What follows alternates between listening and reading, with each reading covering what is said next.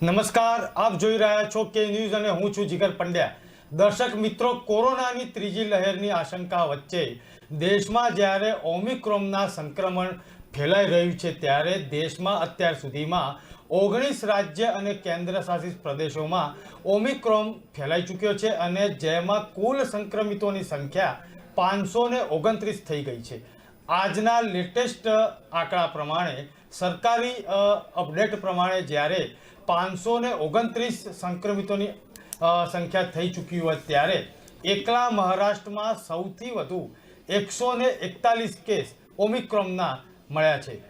દિલ્હીની અંદર 79 સંક્રમિત અને તેની સાથે જ ગુજરાતની અંદર 49 એટલે કે 49 જેટલા કેસ ગુજરાતની અંદર નોંધાયેલા છે। ઓમિક્રોનનો જે તરખાટ મચી રહ્યો છે દેશ અને દુનિયાની અંદર, ત્યારે આજનો અમારી વિશેષ રજૂઆત છે ઓમિક્રોનની સુરક્ષા અથવા તો ઓમિક્રોનની જો એનું સંક્રમણ થાય તો કઈ રીતના પગલાં લઈ શકાય। મિત્રો, અમારી વચ્ચે આજે ઉપસ્થિત છે ડૉક્ટર વિશાલ પટેલ કે જે આપણને સાથે તેનું સંક્રમણ રોકવું તો કેવી રીતે રોકવું, શું પ્રિકોશન લેવા, તેની સંપૂર્ણ માહિતી આપણને આપશે। નમસ્કાર, આપનું સ્વાગત છે। ડૉક્ટર સાહેબ, જ્યારે આ નવા વેરિયન્ટે એક ચિંતામાં વધારો કર્યો છે ત્યારે ઓમિક્રોનના સંક્રમણ કેવી રીતે ફેલાય છે અને દેશ અને દુનિયામાં જ્યારે આ એક વેરિયન્ટ ફેલાતો હોય ત્યારે ડૉક્ટર વિશાલ પટેલે અલગ અલગ દેશોમાં ફેલાયેલા નવા વેરિયન્ટ પર રિસર્ચ કરેલું છે અને ભારતમાં ઝડપથી ફેલાતા વેરિયન્ટ પર પણ ખૂબ જ સરસ રીતે ઊંડાણપૂર્વક અભ્યાસ કર્યો છે। તેમની સાથે વાતચીત કરતા આપણને ઓમિક્રોન વિશેની સમજ કેળવીશું અને તેના સંક્રમણમાં ન અવાય તે માટેની એના માટેનું જે સંક્રમણ ન થાય અને સાથે સાથે તેના પ્રિકોશન્સ વિશે પણ ચર્ચા કરીશું। ડૉક્ટર સાહેબ, એક પ્રશ્ન સૌ પ્રથમ પહેલો એવો આવી રહ્યો છે કે ઓમિક્રોનના વેરિયન્ટ અને કોરોનાના વેરિયન્ટ વચ્ચે શું તફાવત કે સૌપ્રથમ જ્યારે કોવિડની શરૂઆત થઈ ત્યારથી આપણે જોતા આવ્યા છીએ કે જે બે લેયર જે આવી ગઈ અત્યાર સુધીમાં એના વેરિયન્ટ અલગ અલગ આપણે જોવા મળે કે જ્યારે સિમ્ટમેટિકલી પહેલું જ્યારે આપણે કોવિડની શરૂઆત થઈ હતી ત્યારે સામાન્યતઃ લક્ષણની અંદર આપણી બાજુ કોરોના એક નવો શબ્દ આપણા માટે હતો કે કોરોના વાયરસ સ્પ્રેડિંગ થઈ રહ્યો છે। ત્યારે આપણે જોયું કે જે આરએનએ વાયરસ કોરોના જે છે spread two spread, people two people spread થઈ રહેલો હતો કે એક માણસથી બીજા માણસની અંદર ફેલાવો થઈ રહ્યો હતો। એવાની સાથે સાથે આપણે થોડાક મહિના તેની સાથે પસાર કર્યા જેની અંદર શરદી, ખાંસી, તાવ પ્લસ જે રીતે ફેફસા ઉપર ઇફેક્ટો આવતી હતી, બ્રિધિંગ જે કેપેસિટી છે એ લો થઈ જતી, રેસ્પિરેટરી ટ્રેક ઉપર એની ઇફેક્ટ આવતી હતી અને લંગ્સ જે છે ક્યાંક ને ક્યાંક નબળા કરી દેતા હતા। એ આપણે પહેલી લેયરની વાત કરીએ। બીજી લેયરની અંદર જે વાત કરીએ કે જ્યારે કોરોનાનું ડેલ્ટા વેરિયન્ટ આપણી સામું આવ્યું કે આ જ વસ્તુ કે જે ટ્રાવેલિંગ હિસ્ટ્રી એ ટાઈમે પણ હતી કે ટ્રાવેલિંગ હિસ્ટ્રીની અંદર જ્યારે ડેલ્ટા વેરિયન્ટ આપણી વચ્ચે આવ્યું કે અલગ અલગ દેશોમાં ડેલ્ટા વેરિયન્ટના કેસીસ જોવા મળ્યા। એની અંદર સૌથી વધારે આપણને ઇફેક્ટ જોવા મળી કે એ વેરિયન્ટ જે છે આપણા લંગ્સ ઉપર ડાયરેક્ટ ઇફેક્ટ કરી દેતું હતું અને એ ઇફેક્ટના કારણે આપણી જે બોડીની જે કેપેસિટી હતી કે જે 1 થી 14 દિવસની વચ્ચેની જે કેપેસિટીની અંદર આ વાયરસ લોડિંગ પામતા હતા, એટલે કે એકમાંથી બેમાં મ્યુટેશન થતું હતું। આવા ડેલ્ટા વેરિયન્ટની અંદર આપણે જોયું કે ફેફસા ઉપર ડાયરેક્ટ ઇફેક્ટ થવાના કારણે આપણે ક્યાંક ને ક્યાંક ઓક્સિજનની જરૂરિયાત વધી ગઈ હતી અને ક્યાંક પેશન્ટને વેન્ટિલેટર પર રાખવાની જરૂરિયાત પડી હતી। આ એક કોરોનાની જે સેકન્ડ વેવ ડેલ્ટા સુધી આપણે સ્થગિત હતા, પરંતુ અત્યારે જે 1 મહિનાથી જે રીતે દહેશત ચાલુ થઈ છે અલગ અલગ સાઉથ આફ્રિકાના દેશોથી આની શરૂઆત થઈ કે ત્યાંના દેશોમાં વેક્સિનેશન ક્યાંક ઓછું હતું ને એ પછી સાઉથ આફ્રિકાના દેશોની અંદર કેસીસની અંદર પીક પકડવા માંડ્યો કે એક પાર્ટી જે ઓર્ગેનાઇઝ હતી 9મી નવેમ્બરની આજુબાજુ, ત્યારે એની અંદરથી આવા વાયરસ ત્યાં આગળ ઇફેક્ટિવનેસ જોવા મળ્યા કે એક પછી એક લોકો સંક્રમિત થવા માંડ્યા। એટલે એના જીનોમ સિક્વન્સ ચેક થવા માંડ્યા, ડીએનએ ચેક કરવા માંડ્યા અને એ વચ્ચે આપણને ખબર પડી કે આ સ્પેશિયલી આ ડેલ્ટા એટલે કે કોરોના વાયરસ જે છે એના જ નવું સિમ્ટમ્સ, એના જ નવા સ્વરૂપમાં B.1.1.529 આ રીતે એનું નામ આપવામાં આવ્યું ને આના નામ ઉપરથી જે આફ્રિકન દેશોમાંથી આનો આપણને પહેલા કેસીસ જોવા મળે એટલે આનું નામ ઓમિક્રોન પાડવામાં આવ્યું કે આ કેસીસ જે છે ઓમિક્રોનના કેસીસ છે તેવું આપણને જાણવા મળ્યું। એટલે જે ઓમિક્રોન છે એ કોરોનાનો ત્રીજો વેરિયન્ટ આપણે કહી શકીએ આપણા દેશની અંદર કે ઓમિક્રોન જે છે એ કોરોનાનું ત્રીજું વેરિયન્ટ સાબિત થઈ ગયું છે. અને જે રીતે આપણે ત્રીજી લહેરની વાત કરતા હતા તો દરેક આપણે અત્યાર સુધી ચેક કરીએ કે 100 જેટલા દેશોની અંદર ક્યાંક ઓમિક્રોનના વાયરસના કેસીસ જોવા મળ્યા હતા કે જે આની મ્યુટન્ટ કેપેસિટી જે કહી શકીએ કે એકમાંથી ટ્રાન્સમિટ થવાની કેપેસિટી, બોડીની અંદર આવીને મલ્ટિપલ થવાની કેપેસિટી એ ડેલ્ટા વેરિયન્ટ કરતાં ક્યાંક 50 ગણી વધી ગઈ. એટલે આનું આપણને જે સાઉથ આફ્રિકાની અંદરથી કેસીસ જોવા મળ્યા અને જે રીતે જીનોમ સિક્વન્સ નામ આપવામાં આવ્યું એ ઉપરથી આ ઓમિક્રોન નામ આપવામાં આવ્યું અને ઓમિક્રોન અને ડેલ્ટા વેરિયન્ટ એ આ રીતે આપણે તફાવત કરી શકીએ કે પહેલા કરતાં થોડુંક. આની અંદર એક વસ્તુ તમને એક જણાવી દઉં સ્પેશિયલી કે પેનિક થવાની જરૂર નથી. આપણે વેક્સિનેશન લઈ લીધેલી છે, વેક્સિન લઈ ચૂકે છે લોકો, અને ડેલ્ટા વેરિયન્ટની અંદર જે ડેથ રેશિયો હતો એ ક્યાંક ને ક્યાંક આની અંદર ઓમિક્રોનમાં ઓછો જોવા મળી શકે છે. એટલે કે ઘાતકીની અસર જોઈએ કે ઘાતક રીતે આ ઓમિક્રોન ઓછો છે, પરંતુ કેસીસની સરખામણી કરવા જઈશું તો ક્યાંક આનું મ્યુટન્ટ વધારે છે. એટલા માટે આપણને ક્યાંક આ મ્યુટન્ટ વધારે હોવાના કારણે ઓમિક્રોન જે વાયરસ જે છે એ ક્યાંક આપણને થોડોક ડેલ્ટા વેરિયન્ટ કરતાં થોડોક ભારે કહી શકીએ આપણે.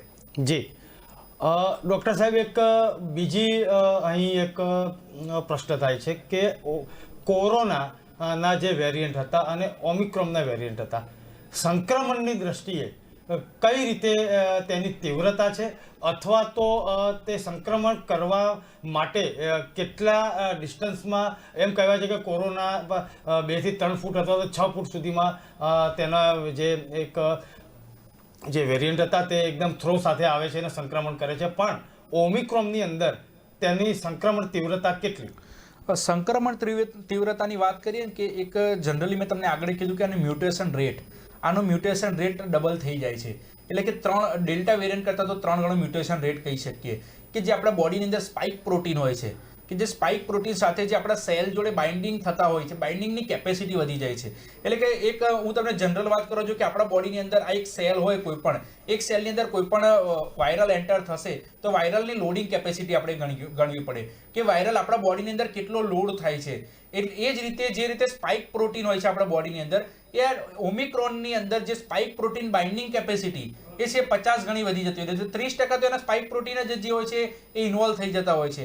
એટલે કે સ્પેશિયલી જે ઓમિક્રોનની અંદર વાયરસ લોડિંગ કેપેસિટી વધી ગઈ છે એટલે સ્પ્રેડિંગનું પ્રમાણ વધી જવાનું. કારણ કે જે રીતે ડેલ્ટા વેરિયન્ટ આપણે 14 દિવસ જેટલો ટાઈમિંગ લાગતો હતો કે આપણા બોડીની અંદર ક્યાંક ડેલ્ટા વેરિયન્ટના વાયરલ અંદર જ્યારે એન્ટર થતા હોય ત્યારે બોડીની અંદર જે બાઇન્ડિંગ કેપેસિટી છે એ લો હતી, જ્યારે ઓમિક્રોનની અંદર બાઇન્ડિંગ કેપેસિટી જ વધી ગઈ છે કે જે ડેલ્ટા વેરિયન્ટની અંદર આપણે 15 દિવસનો ખતરો હતો, આ ઓમિક્રોન વાયરસ એ અત્યારે જે રીતે વર્લ્ડ હેલ્થે જે રીતે ગાઈડલાઈન બહાર પાડી છે તે મુજબ ઓમિક્રોનનો જે ખતરો છે 1 થી 1.5 મહિના સુધી માણસની અંદર ઓમિક્રોનનો ખતરો જોવા મળી રહ્યો છે. અને આવો અલગ અલગ દેશોની અંદર જે કેસીસ જોવા મળે છે અને જે રીતે રિસર્ચના દાવા મુજબ અત્યારે આપણને કહેવામાં આવી રહ્યું છે કે આની જે સંક્રમણ ફેલાવવાની કેપેસિટી છે એ બહુ વધારે છે.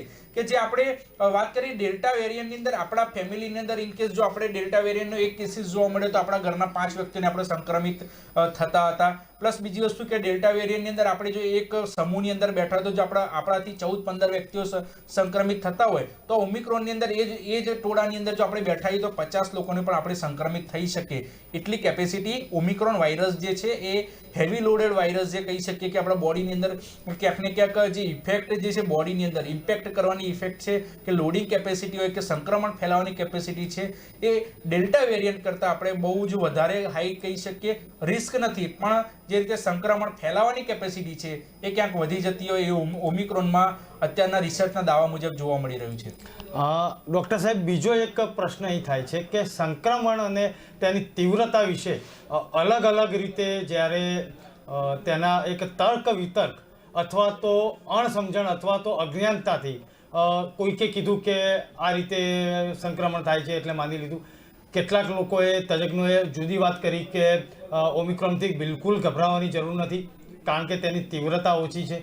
વિદેશની અંદરથી સમાચાર આવ્યા કે એકદમ તીવ્રતાથી ફેલાય છે. WHOએ એક ગાઈડલાઈન જાહેર કરી અને દરેક દેશોને સતર્ક કર્યા. આપણા ભારતની વાત કરીએ તો તજજ્ઞ ડૉક્ટરોએ અલગ અલગ મંતવ્યો આપ્યા છે. એમ્સના ડાયરેક્ટર ડૉક્ટર ગુલેરિયા સાહેબે શરૂઆતમાં એને એક નોર્મલ વેરિયન્ટ છે તે પ્રમાણેનું કહ્યું. અત્યારે હાલ એ જ કેન્દ્ર સરકાર ઓમિક્રોનથી સાચવવાની વાત કરી રહી છે. આનાથી નાગરિકોને, સામાન્ય નાગરિકો ક્યાંક ને ક્યાંક અસમંજસમાં દ્વિધા અનુભવતા હોય તેવું લાગી રહ્યું છે. આપનું શું કહેવું છે? આપણે આગળ પણ જ્યારે જે બે વેરિયન્ટ આપણે જોઈ લીધા ને ત્યાં એની પણ એક આપણે ખાસિયત વસ્તુ હતી કે ક્યાંક કોઈક દેશો વેક્સિનેટેડ થયેલા હતા તો પણ આની અસર ક્યાંક ઓછી જોવા મળી, ક્યાંક વેક્સિનેશન થયેલા છે તો પણ ક્યાંક ઇફેક્ટ વધારે જોવા મળી. આપણે દેશની વાત કરીએ કે આપણે વાત કરીએ છીએ કે આપણા દેશમાં જ્યારે ભારતની અંદર આબોહવા અલગ છે, આપણા દેશની અંદર રહેણી કહેણી અલગ છે. એ જ વસ્તુ આઉટ ઓફ કન્ટ્રીમાં તમે જતા રહો, ત્યાંની કંઈક રહેણી કહેણી અલગ હશે, ત્યાંની કંઈક એટમોસ્ફિયરિક વસ્તુ વધારે હશે, કે કોઈક ઠંડા પ્રદેશના દેશમાં જતા રહો ત્યાં ઠંડીનું પ્રમાણ વધારે છે, કે એટલે એટમોસ્ફિયરિક ચેન્જીસ હોય એ મુજબના કેસીસમાં આપણે ફેરફાર જોવા મળે.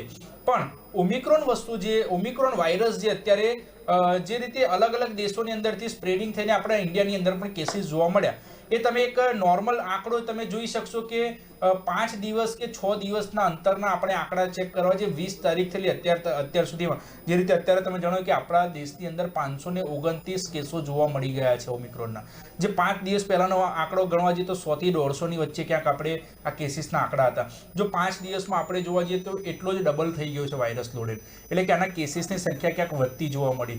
હજુ આપણે ત્યાં આગળ કેસીસની અંદર જે ટેસ્ટિંગની સંખ્યા છે એ પણ ક્યાંક હજુ જો એને તીવ્ર બનાવવામાં આવશે તો કેસના આંકડા ક્યાંક જોવા મળશે વધારે. એટલે એ એક વસ્તુ પેનિક થવાની ક્યાંય જરૂર નથી. આ એક કોઈ પણ વાયરસ આપણે જ્યારે બે વેવ સામે પણ લડે ત્યારે આપણી પાસે પણ એક જ સૂત્ર હતું કે પેનિક થવાની જરૂર નથી, કે આપણે અત્યારે સેકન્ડ વેવ હતો ત્યારે વેક્સિનેશનનું પ્રમાણ ઓછું હતું. આની અંદર પણ એક જ વસ્તુ કહી રહ્યા છે કે જે રીતે વેક્સિનેશનનું પ્રમાણ વધશે એટલે આપણા બોડીની અંદર ઇનએક્ટિવ વાયરસ જ્યારે એન્ટર થતા હોય છે એટલે મીન્સ કે કોઈ પણ વાયરસ સામે લડવાની કેપેસિટી, આ એક વેક્સિન એક નોર્મલ ફોર્મ્યુલા છે કે વેક્સિનમાં આપણને ઇનએક્ટિવ એ જ વસ્તુના ઇનએક્ટિવ વાયરસ આપણા બોડીની અંદર એન્ટર કરતા હોય છે. એટલે કે એ ઇમ્યુનિટી આપણને પ્રોવાઈડ કરતા હોય છે. જ્યાં સુધી આપણા બોડીની અંદર ઇમ્યુનિટી પાવર હશે એટલે કે સામેવાળા સામે લડવાની કેપેસિટી હશે ત્યાં સુધી તો આપણે સેફ છીએ.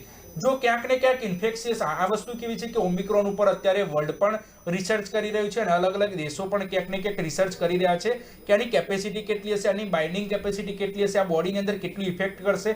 એ બધી અત્યારે દેશમાં રિસર્ચ તો ક્યાંક ને ક્યાંક આપણા દેશમાં પણ ચાલી રહ્યું છે અને વૈજ્ઞાનિકો પણ આની ઉપર રિસર્ચ કરી રહ્યા છે કે જો આ ફેલાશે તો કેટલી તીવ્રતાથી ફેલાશે, જો વેક્સિન ઉપર કયા ડોઝની કેટલી અસર થશે, કે કોઈકે ફર્સ્ટ ડોઝ લીધેલો હશે તો એની ઉપર કેટલી ઇફેક્ટ આવશે, સેકન્ડ ડોઝ હશે તો કેટલી ઇફેક્ટ આવશે, અને જો બૂસ્ટર ડોઝ લીધેલો હશે તો પણ એની એફિકેસી કેટલી હશે એ હજુ તો એની ઉપર પણ ક્યાંક ને ક્યાંક રિસર્ચ હજુ તો બધા દેશોમાં અલગ અલગ ડેટા મળી રહ્યા છે.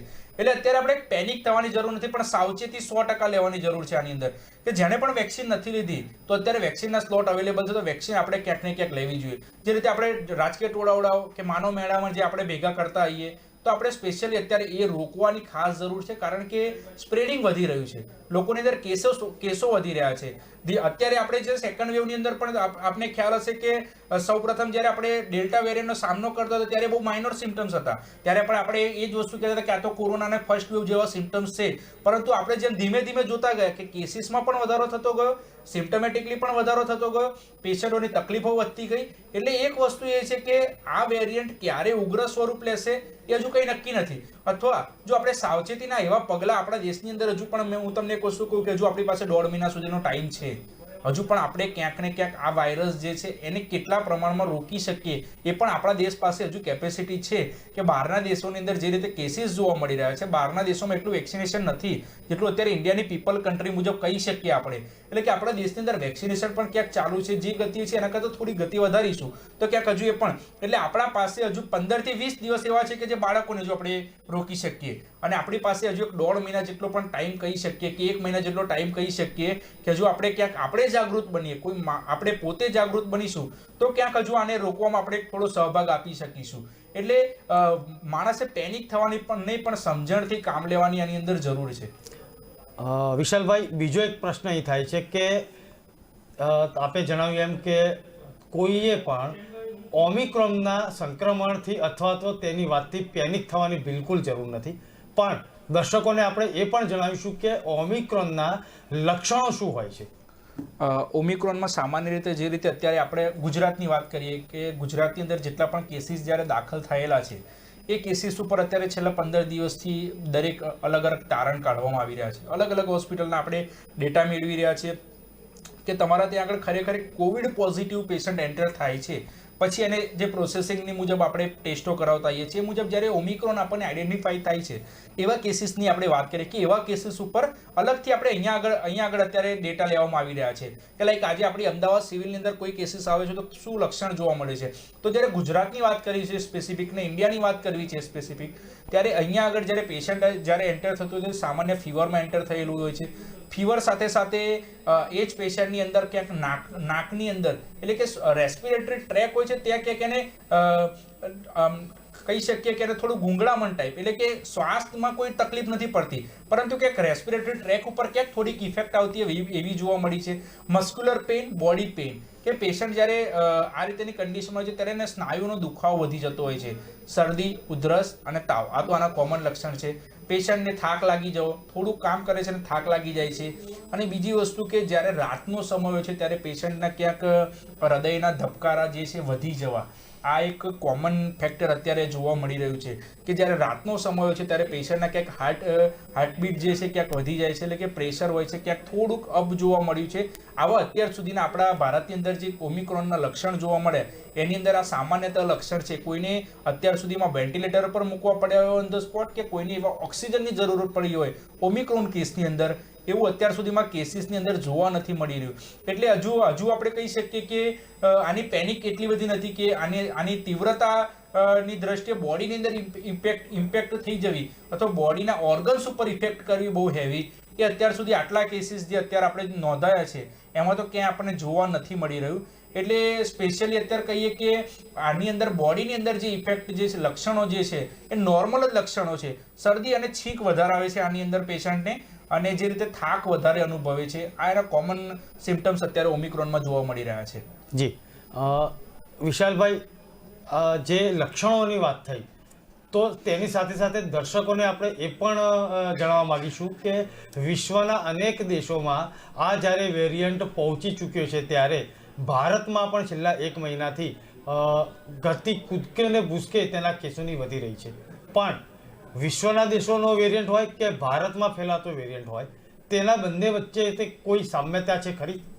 હા, આપણે સામ્યતાની વાત કરીએ, કમ્પેરિઝન એક નોર્મલી આપણી ભાષામાં કહી શકીએ કે આપણે બંનેને કમ્પેર કરવા જઈએ કે આઉટ ઓફ કન્ટ્રીમાં અને ઇન્ડિયાની અંદર શું અલગ પડતું જોવા મળે છે. આઉટ ઓફ કન્ટ્રીની ઇન્ડિયાની વસ્તીની વાત કરવા જઈએ તો ક્યાંક ને ક્યાંક બહુ ઉછાળો ભારતની અંદર છે કે બીજા બધા દેશોની અંદર જ્યારે વસ્તીની સરખામણીએ દેશ નાનો હોય છે, એ લોકોની વાત કરીએ કે જે વેક્સિનેશનનું આપણે અહીંયા પ્રમાણ છે ક્યાંક ત્યાં આગળ ડબલ હોય ને ક્યાંક કોઈક દેશની અંદર સંખ્યાની દ્રષ્ટિએ ક્યાંક ઓછું પણ જોવા મળે.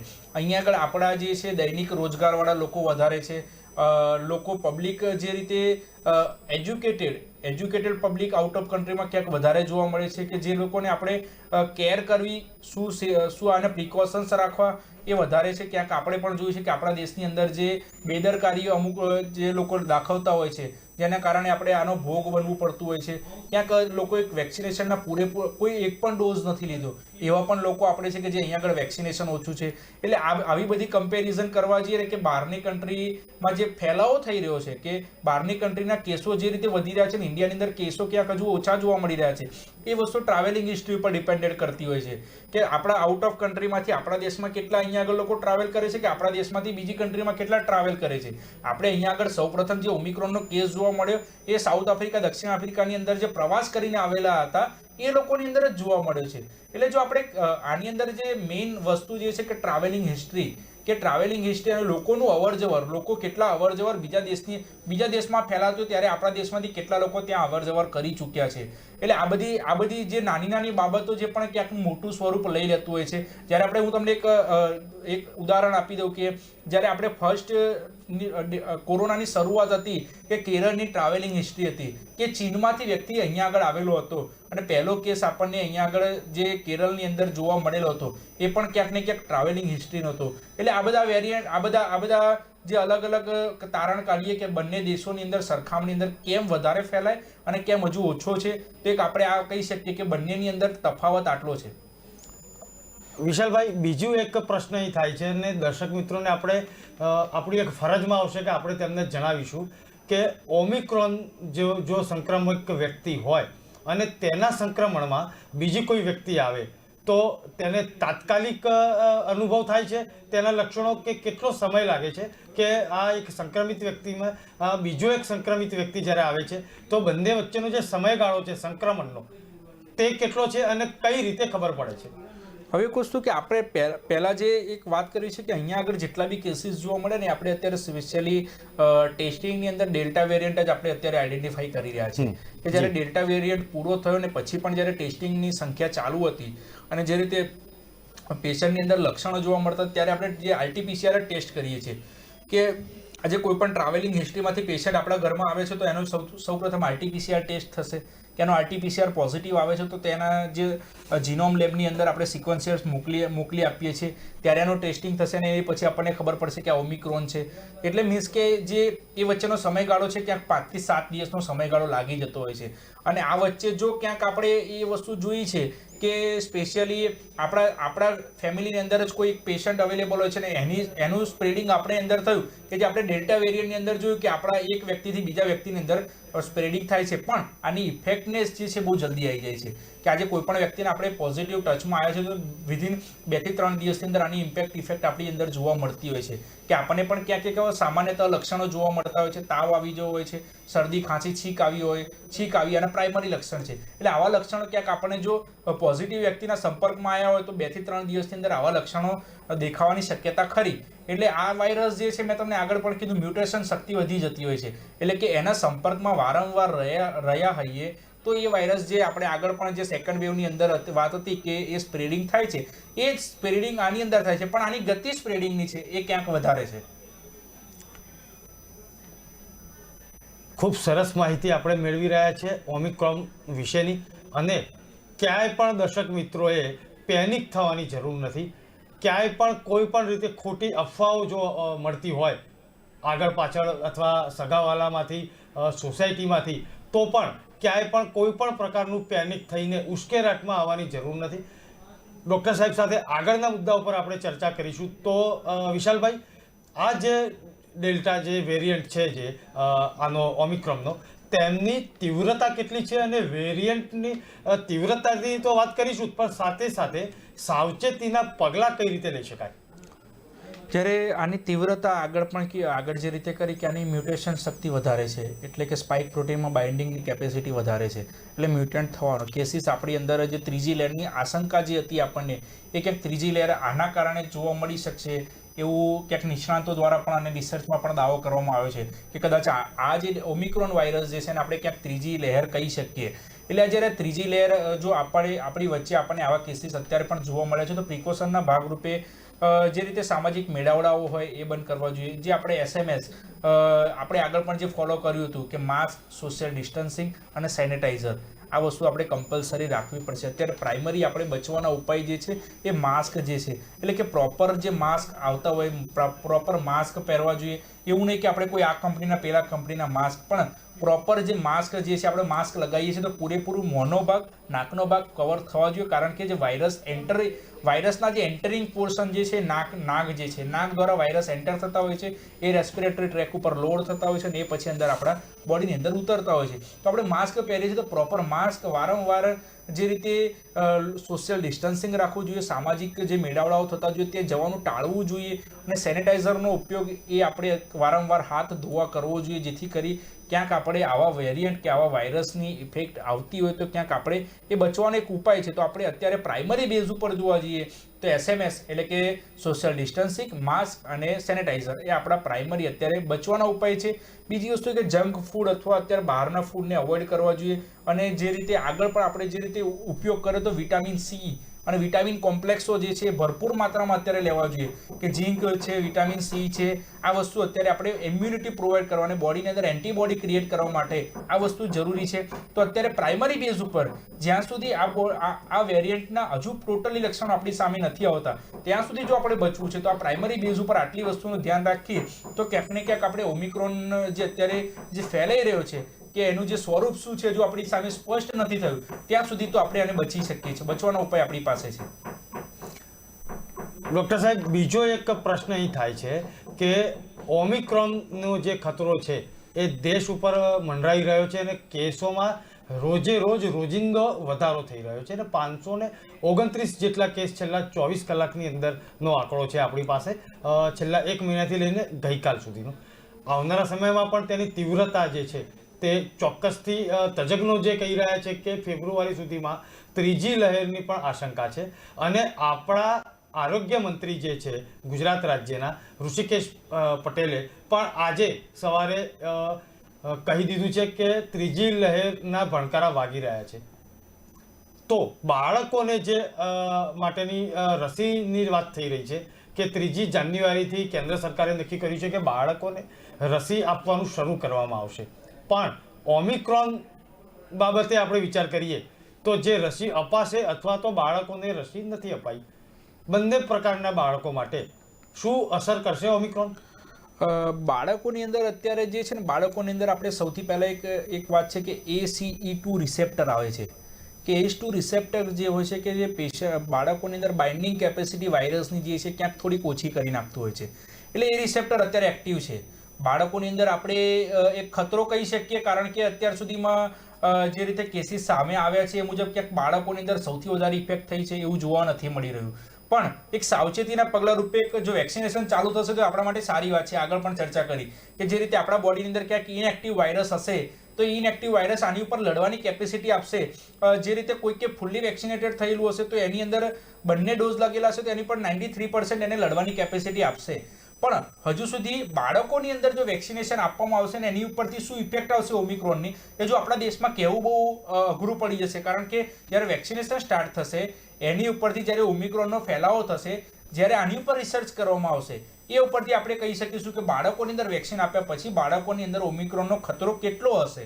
કેમ કે હજુ સુધી આપણા દેશની અંદર કોઈ પણ જે 18 વર્ષથી નીચેના બાળકોને વેક્સિનેશન કરવામાં આવ્યું નથી. તો આપણે એ ઉપર પણ અત્યારે પ્રતિક્રિયા ના આપી શકીએ પ્રોપરલી કે બાળકો ઉપર શું ઇફેક્ટ આવશે. પણ ક્યાંક જો વેક્સિનેશન કરવામાં આવશે અને બાળકોને સેફ કરવામાં આવશે, જે રીતે આપણે ડેલ્ટા વેરિયન્ટમાં પણ જોયું હતું કે બાળકોને પાછળથી ક્યાંક થોડાક કેસીસ બાળકોમાં જોવા મળ્યા હતા. પણ હજુ સુધી ઓમિક્રોનની અંદર બાળકો ઉપર એટલી બધી ઇફેક્ટ એવા કોઈ પણ દેશની અંદર પણ આપણને જોવા નથી મળ્યું. એટલે આપણે ભારત માટે હજુ એક સલામતીના પગલા રૂપે જે રીતે આપણે 3જી તારીખથી વેક્સિનેશન બાળકોમાં ચાલુ કરવાનું છે એક આવકારદાયક પગલું કહી શકીએ સરકારી તંત્ર માટે. અને જે પગલું લીધું છે ખરેખર બાળકો ઉપર ક્યાંક સારી ઇફેક્ટ આપશે અને બાળકોને જે ઓમિક્રોનનો જે ખતરો છે એ ક્યાંક આપણે બચી શકીએ એવું અત્યારે પ્રાઇમરી બેઝ ઉપર કહી શકીએ કે વેક્સિનેશનથી ક્યાંક બાળકો પણ આપણે બચાવી શકીશું અને બાળકોની અંદર ક્યાંક આની ઇફેક્ટ ઓછી જોવા મળશે એવું અત્યારે જે રીતે કેસીસ વર્તાઈ રહ્યા છે, જે રીતે ઓમિક્રોનનો ખતરો વર્તાઈ રહ્યો છે અને ઓમિક્રોનના જે રીતે સિમ્ટમેટિકલી જોવા મળી રહ્યા છે એ મુજબ આપણે કહી શકીએ અત્યાર પૂરતું. ઓમિક્રોનથી બાળકોને શું અસર થશે તેની પણ ચર્ચા કરી. સાથે સાથે બાળકોની સાવચેતીના પગલાં દરેક પેરેન્ટ્સે લેવા જોઈએ. વચ્ચે SOP પણ આવેલી હતી બાળકો માટેની 10 પ્રકારની કે બાળકોને ગરમ નાસ્તો જ આપવો, બાળકો બને ત્યાં સુધી મોં ખુલ્લું ન રાખે અને માસ્ક પહેરીને જાય, સેનિટાઇઝિંગનો ઉપયોગ કરે અને સ્કૂલમાં જતા બાળકો માટે પણ એક જ બેન્ચ ઉપર જે વ્યવસ્થા કરેલી હોય છે કે ડિસ્ટન્સ રાખીને બાળકોને બેસાડવામાં આવે તેની પણ એક જોગવાઈ SOPમાં મૂકેલી છે. અને શાળા સંચાલકો અને બાળકો બધી જ જગ્યાએ આનો એક અમલ પણ થઈ રહ્યો છે. ત્યારે વાલીઓએ પણ ખાસ સાવચેતીના પગલાં રૂપે ડૉક્ટર સાહેબે જે પ્રમાણે કહ્યું તેમ જંક ફૂડથી થોડાક દૂર રાખવા. કારણ કે અત્યારે હાલ જે ઋતુનો અનુભવ થઈ રહ્યો છે, વિશાલભાઈ એક ઋતુની પણ વાત કરીશું આપણે સાથે સાથે કે અત્યારે હાલ અમદાવાદની જ વાત કરીએ, ગુજરાત અને અમદાવાદની, તો દિવસે ક્યાંક ગરમીનો અનુભવ થાય છે અને રાત્રે ઠંડીનો અનુભવ થાય છે અને રાત્રે 10 થી 12 ડિગ્રી સુધીનું પારો પણ નીચે આપણે નોંધાયેલો છે. આજની તારીખની વાત કરીએ તો 12 ડિગ્રી જેટલું એક તાપમાન પણ નોંધાયેલું હતું. આવનારા 2 દિવસ પછી માવઠાની પણ અસર છે. શું આ જે મિક્સ ઋતુનો જે અનુભવ થાય છે તેમાં ઓમિક્રોન જે છે તેનું એક બળિયો પુરવાર થશે અથવા તો કઈ રીતે તેની અસર થશે? એક વસ્તુ કે અત્યારે જે રીતે મિક્સ ઋતુ જે વાત કરી તમે કે જે રીતે સવારે ઠંડી હોય, બપોરે ગરમીનો અહેસાસ થાય, પછી ફરીથી ઠંડીનો અહેસાસ થતો હોય છે. આનાથી આપણે જે જનરલ જે અત્યારે રોગ જે જોઈએ કે આપણે ચિકનગુનિયા હોય, ડેન્ગ્યુ હોય કે મેલેરિયા હોય એનો પણ ક્યાંક ને ક્યાંક કેસીસ વધારે જોવા મળ્યા હતા. આ સિઝનની અંદર આ વસ્તુ ઓમિક્રોન હોય કે કોઈ પણ કોરોના વાયરસ જે આપણે ગઈ વખતે પણ જોયું કે ફેબ્રુઆરી પછી એની પીક પકડેલી હતી. એટલે કે એવું નથી કે કોઈ સ્પેશિયલ ઠંડીની સિઝન હશે તો આની અંદર ઓમિક્રોનનો ખતરો વધારે રહેશે, પરંતુ ઓમિક્રોન જે છે એ આપણે આગળ વાત કરી કે પેશન્ટ ટુ પેશન્ટ આપણે સિમ્ટમેટિકલી જોવા મળતું હોય છે, એટલે કે સ્પ્રેડિંગ કેપેસિટી. અને એક વસ્તુ છે કે બોડીની અંદર જે આપણે શિયાળાની અંદર ઓક્સિજન લેવલ કેપેસિટી, જે આપણે કહીએ કે ઠંડકના કારણે જે ઉંમરવાળા પેશન્ટો હોય છે કે કોમોર્બિડ પેશન્ટ હોય છે કે અલગ અલગ ગંભીર બીમારીથી સપડાતા પેશન્ટો હોય છે, એવા ઉપર ક્યાંક ઇફેક્ટ વધારે જોવા મળી શકે એવું કહી શકીએ આપણને. અને શિયાળાના કારણે જો સ્પેસિફિક ઓમિક્રોનની કોઈ ઇફેક્ટ એવી ખાસ જોવા મળશે એવું અત્યારે ક્યાંય સ્પષ્ટ કરવામાં આવ્યું નથી. પણ અત્યારના પગલે આપણે જે બીજી બધી બીમારીઓ છે એનાથી બચવા માટે પણ આપણે જે રીતે આગળ વાત કરી કે બહારનું ખાવાનું, ઠંડુ ખાવાનું, આ બધું એવોઇડ કરવું જોઈએ. કારણ કે એ વસ્તુ જે છે કે આપણે એ જ વસ્તુ શરદી ખાંસીમાં અને તાવમાં પરિણમે છે.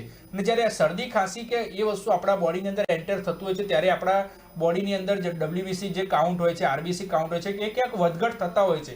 અને જ્યારે આવા કાઉન્ટ વધઘટ થવાની પરિસ્થિતિ હોય તો ક્યાંક બીજા રોગો ભરડો લઈ શકે છે આપણે. એટલે કે આપણા બોડીની ઇમ્યુન કેપેસિટી એ ટાઈમે ઓછી હોય છે, ઇમ્યુન કેપેસિટી ઓછી હોય, અને આવા ટાઈમે જો આપણે આવા કોઈ પોઝિટિવ વ્યક્તિના સંપર્કમાં આવ્યા હોઈએ તો આપણી બોડીની અંદર પણ ક્યાંક આવા કેસીસ જોવા મળી શકે કે આવા બોડીની અંદર ઇમ્યુનિટી આવા વેરિયન્ટના કારણે હજુ પણ લો કરી નાખે ને ક્યાંક પેશન્ટ પોઝિટિવ જોવા મળી શકે. એટલે આપણે અત્યારે પ્રાઇમરી બેઝ ઉપર જ્યારે ઠંડીની વાત કરી રહ્યા છીએ, સિઝનેબલ વાત કરી રહ્યા છીએ, ત્યારે આપણે જનરલ બચાવ માટે જે ઉપચાર કરતા હોઈએ, ઘરેલું ઉપચાર, એ ચાલુ રાખવા જોઈએ. અને બીજી વસ્તુ કે જે આગળ કીધું કે બહારનું ખાવા પીવાનું અથવા ઠંડુ ખાવાનું જે છે બંધ કરવું જોઈએ. અને પ્રોપર જ્યારે વડીલ વૃદ્ધ હોય તેને પ્રોપર અત્યારે શિયાળાને લગતા જે ગરમ કપડાં છે તે પહેરાવવા જોઈએ.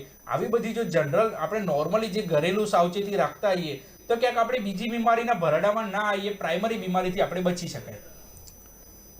ડૉક્ટર સાહેબ, બીજી એક વાત અહીં આવે છે કે આ જે ઘરગથ્થુ ઉપચારની તો વાત થઈ, આયુષ મંત્રાલયે ફર્સ્ટ વેવથી લઈને સેકન્ડ વેવ સુધી અલગ અલગ પ્રકારની એક ગાઈડલાઇનનો પણ સમાવેશ કરેલો, અને તેમાં આયુર્વેદ છે, હોમિયોપેથ છે, એલોપેથી છે, અને સાથે સાથે યોગા અને ફિઝિયોથેરાપી, આ દરેક પ્રકારના મેડિસિન્સ અથવા તો દરેક પ્રકારનું જે એક મેડિકલ સાયન્સ છે તેમાં અલગ અલગ રીતે સાવચેતીના પગલાં લેવા માટે અલગ અલગ ગાઈડલાઇન પબ્લિકને અને જનતાને આપેલી હતી. તેમાં એક બહોળા પ્રમાણમાં ઉપયોગ થતો હતો ઘરે ઘરે ઉકાળાનો.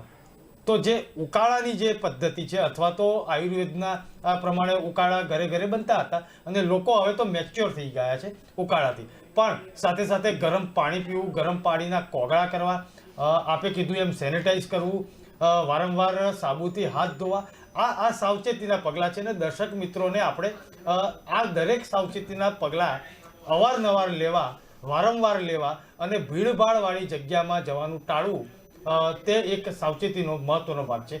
આગળની ચર્ચા ડૉક્ટર સાહેબ આપણે કરીએ તો એક શબ્દ અત્યારે ચર્ચાઈ રહ્યો છે મેડિકલ સાયન્સમાં, કદાચ દર્શક મિત્રો સુધી પણ એ શબ્દ પહોંચ્યો હશે. તેનું નામ છે ડેલ્મિક્રોન. ડેલ્મિક્રોન વેરિયન્ટ શું છે? ડેલ્મિક્રોન જે શબ્દ જે છે ને સ્પેશિયલી અત્યારે અમેરિકા બાજુ યુઝ થઈ રહ્યો છે. અને અમેરિકાની અંદર જે આપણે બે વેરિયન્ટની વાત કરી રહ્યા હતા, આગળ પણ વાત કરી કે ડેલ્ટા વેરિયન્ટ પ્લસ ઓમિક્રોન. જ્યારે ડેલ્ટા પ્લસ ઓમિક્રોન આને મિક્સ કરવામાં આવ્યું અમેરિકાની અંદર, ત્યારે આને ડેલ્મિક્રોન નામ આપવામાં આવ્યું. એક વસ્તુ આની અંદર કે આપણે જ્યારે સૌપ્રથમ આવા કેસીસની ચર્ચા કરવામાં આવી કે આપણે ઓમિક્રોનના કેસીસ ફેલાઈ રહ્યા છે, ત્યારે અમેરિકન રિસર્ચ સોસાયટીએ આની ઉપર એક રિસર્ચ કરી કે સૌપ્રથમ ઓમિક્રોનની અંદર શું હશે શું નહીં, અને અત્યારની રિસેન્ટની કન્ડિશન છે એની અંદર શું હશે. તો ત્યારે ચેક કરવામાં આવ્યું કે જે ટેસ્ટિંગ કરવામાં આવતું હતું, ત્યારે ટેસ્ટ કરવામાં આવ્યું ત્યારે પોઝિટિવ જે સંખ્યા જોવા મળતી હતી એ ડેલ્ટા વેરિયન્ટની જોવા મળતી હતી. કે આપણે 100 વ્યક્તિઓને લઈ લઈએ તો તેની અંદરથી 73% જે કેસીસ જોવા મળતા હતા ડેલ્ટા વેરિયન્ટના હતા, બાકી 23 કેસીસ કે 24 કેસીસ જે હતા એ આપણે ઓમિક્રોનના હતા. એટલે એક વસ્તુની વાત કરી કે ડેલ્ટા વેરિયન્ટ જેને થયેલો હતો એ ડેલ્ટા વેરિયન્ટ ક્યાંક ઓમિક્રોનમાં પરિણમતો હતો. એટલે આ બંને કેસીસની વાત કરીએ કે જ્યારે આપણને પ્રાઇમરી આ વસ્તુ સામે આવે છે ત્યારે કેસીસ તો ડેલ્ટા વેરિયન્ટનો જ હોય છે, પણ ડેલ્ટા વેરિયન્ટના જે સાવચેતીના પગલાં અથવા ડેલ્ટા વેરિયન્ટની જે બાઇન્ડિંગ કેપેસિટી હોય એ વધી જતી હોય છે અને ક્યાંક સ્પાઇક પ્રોટીન વધી જતું હોય, એની અંદર ઇફેક્ટનેસ વધી જતી હોય, એટલે કે એના સિમ્ટમેટિકલી પગલાં વધી જતા હોય અને બોડીની અંદર જે ઇફેક્ટની કેપેસિટી હતી વધી જતી હોય, ત્યારે આપણે ઓમિક્રોનમાં પરિણમતું હોય છે. એટલે કે જ્યારે પ્રાઇમરી પેશન્ટ આપણી પાસે અત્યાર સુધીમાં, જ્યાં સુધી આપણે અત્યાર સુધી રિસર્ચ ચાલુ છે ત્યાં સુધી આપણી પાસે જે પોઝિટિવ કેસો આવ્યા હતા એ ડેલ્ટા વેરિયન્ટ પોઝિટિવ કહી શકીએ, અને ડેલ્ટા વેરિયન્ટમાંથી પછી એ પેશન્ટ ઓમિક્રોનમાં પરિણમે છે. એટલે અમેરિકન રિસર્ચ સોસાયટી અત્યારે એને સ્પેશિયલી આવા કેસીસ જ્યારે સામે આવે ત્યારે એને ડેલ્મિક્રોન નામ આપવામાં આવ્યું, અને ડેલ્મિક્રોન નામ ઉપરથી આપણને અત્યારના બેઝ ઉપર ત્યાં આગળ એ જ મુજબ અત્યારે કાર્ય થઈ રહ્યું છે કે પેશન્ટ જે છે પોઝિટિવ આવે છે તો ડેલ્ટા વેરિયન્ટ છે, પણ ડેલ્ટા વેરિયન્ટ ક્યાંક ને ક્યાંક ઓમિક્રોનમાં પરિણમે છે. એટલે એને ડેલ્મિક્રોન નામે અલગ અલગ દેશોની અંદર પણ ક્યાંક અત્યારે આનો યુઝ થઈ રહ્યો છે, અને અત્યારે આપણા દેશની અંદર પણ આપણે જે વાત કરીએ કે જે કેસીસને પોઝિટિવ આવતા હોય છે એને આપણે બે ભાગમાં ડિવાઇડેડ કર્યા છે કે સ્પેશિયલી ડેલ્ટા કેસીસ અને ઓમિક્રોન કેસીસ. જ્યારે ડેલ્ટામાંથી ઓમિક્રોનમાં પરિણમે છે ત્યારે એ કેસને આપણે પણ અત્યારે ડેલ્મિક્રોન કહી શકીએ. એટલે એક આ નવો શબ્દ આપણા માટે કહી શકીએ કે ડેલ્મિક્રોન એ અત્યારે આપણને જોવા અથવા સાંભળવા મળી રહ્યો છે. ડૉક્ટર સાહેબ, આ જે અલગ અલગ વેરિયન્ટની વાત આપણે કરી રહ્યા છીએ ત્યારે ખાસ કરીને COVID-19ની અંદર અલગ અલગ પ્રકારના ટેસ્ટ કરતા હતા, એક પ્રાઇમરી ટેસ્ટ અને ત્યારબાદ RT-PCR. ઓમિક્રોનની અંદર કોઈ અલગ પ્રકારના ટેસ્ટની જરૂર પડે છે ખરી? યસ, આપણે જે ડેલ્ટા વેરિયન્ટ હતા ત્યારે આપણે અલગ અલગ ટેસ્ટો કરતા હતા, કે આપણે RT-PCR કરતા હતા, રેપિડ કરતા હતા, HRCT કરતા હતા. આ બધા ઉપરથી આપણને ડેલ્ટા વેરિયન્ટ ખબર પડી કે ડેલ્ટા વેરિયન્ટ કેટલો લોડેડ છે, બોડીની અંદર કેટલી ઇફેક્ટ છે, કેટલો સ્પ્રેડિંગ થઈ રહ્યો છે, કે ફેફસાની અંદર કેટલી ઇફેક્ટ છે. એના માટે આપણે RT-PCR ટેસ્ટ કરતા હતા, કે જ્યારે RT-PCR ટેસ્ટ પોઝિટિવ આવતો ત્યારે આપણને ખબર પડતી હતી. પણ અત્યારના બેઝ ઉપર પણ અત્યારે આપણે RT-PCR ટેસ્ટ કરી જ રહ્યા છે, પણ ક્યાંક જો આવા RT-PCR ટેસ્ટ પણ પોઝિટિવ આવતા હોય ત્યારે આપણે એને જીનોમ સિક્વન્સ ટેસ્ટ કરીએ છીએ. કે જીનોમ સિક્વન્સ ટેસ્ટની અંદર જ્યારે પેશન્ટ પોઝિટિવ જોવા મળતો હોય છે ત્યારે આપણે એને કોવિડ પોઝિટિવ આપણે કહી શકીએ. અને આપણે જ્યારે અહીંયા અમદાવાદ લેવલની વાત કરીએ કે આના ટેસ્ટિંગ સેન્ટર જે GBRS જે ટેસ્ટિંગ સેન્ટર છે કે ગુજરાત બાયોટેકનોલોજીકલ રિસર્ચ સેન્ટર, આની અંદર આના સેમ્પલ મોકલવામાં આવે છે, અને આ સેમ્પલ જ્યારે મોકલ્યા પછી આનો રિપોર્ટ જે છે 4 થી 5 દિવસમાં તૈયાર થતો હોય છે. એટલે કે જીનોમ DNA જે હોય છે એ ટેસ્ટિંગ આની અંદર પણ ક્યાંક કરવામાં આવતું હોય છે. અને જ્યારે જીનોમની અંદર આવા વાયરસ જ્યારે પોઝિટિવ આપણને જોવા મળે છે ત્યારે આપણે કહી શકીએ કે આ પેશન્ટ એ ડેલ્ટામાંથી ઓમિક્રોનમાં પરિણમ્યું છે. એટલે અત્યારના બેઝ ઉપર જે રીતે એને વાયરલ લોડેડ છે અને આપણા બોડીની અંદર જે ઇફેક્ટ જોવા મળી રહ્યા છે ત્યારે જીનોમ સિક્વન્સ ટેસ્ટ આના માટે અત્યારે કારગત અત્યારે આપણને નીવડી રહ્યો છે. આગળના પગલાં શું લેવાશે એ વર્લ્ડ હેલ્થ અથવા આપણા સરકારની જે રીતે ગાઈડલાઈન આવશે એ મુજબ ફોલો થશે. પણ અત્યારે પ્રાઇમરી બેઝ ઉપર આપણી પાસે જે હાથ વગું જે કહી શકીએ કે અત્યારે જીનોમ સિક્વન્સ ટેસ્ટથી આપણે અત્યારે ઓમિક્રોન આઈડેન્ટિફાઈ કરી શકીએ છીએ. જી, ડૉક્ટર વિશાલ પટેલે આપણને ઓમિક્રોન સંક્રમણ, તેની સાવચેતી અને ત્યારબાદ સાવચેતીના કયા પગલાં લઈ શકાય, કઈ રીતે આ સંક્રમણને ટાળી શકાય તેની સંપૂર્ણ માહિતી દર્શક મિત્રો આપણને આપી. કે ન્યૂઝના માધ્યમથી કે ન્યૂઝ દરેક દર્શક મિત્રોને અપીલ કરે છે કે માસ્ક પહેરો, સોશિયલ ડિસ્ટન્સ જાળવો અને ભીડભાડવાળી જગ્યામાં જો જરૂર ન હોય અને અગત્યનું કામ ન હોય તો જવાનું ટાળવું. ખાસ કરીને બાળકોને આ જે ઠંડી, ગરમી અને મિક્સ ઋતુનું જે એક અનુભવ થઈ રહ્યો છે ત્યારે બાળકો અને વડીલોને પણ બને ત્યાં સુધી, શક્ય ન હોય ત્યાં સુધી કોઈ પણ પ્રકારે અવર જવર પર જે એક ભાર મૂકવામાં આવે છે તે ન કરવો, પ્રવાસ ન કરવો અને બાળકોને સાચવવા, વૃદ્ધોને સાચવવા, સાથે સાથે માસ્ક એ જ આપણો પ્રાથમિક ઉપચાર છે. કે ન્યૂઝના કાર્યક્રમમાં ફરીથી આપણે મળીશું. ત્યાં સુધી મને રજા આપશો. નમસ્કાર.